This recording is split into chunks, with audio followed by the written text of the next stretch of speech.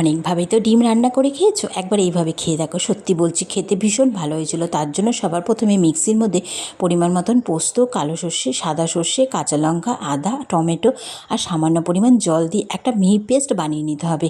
এদিকে কড়াইতে ভালো করে তেল গরম করে সেদ্ধ করে রাখা ডিমটা দিয়ে দিতে হবে। পরিমাণ মতন নুন হলুদ দিয়ে হালকা লালচে করে ভেজে তুলে নিয়ে একই তেলের মধ্যে লম্বা করে কেটে রাখা আলুটাকেও নুন হলুদ দিয়ে হালকা লালচে করে ভেজে তুলে নিতে হবে।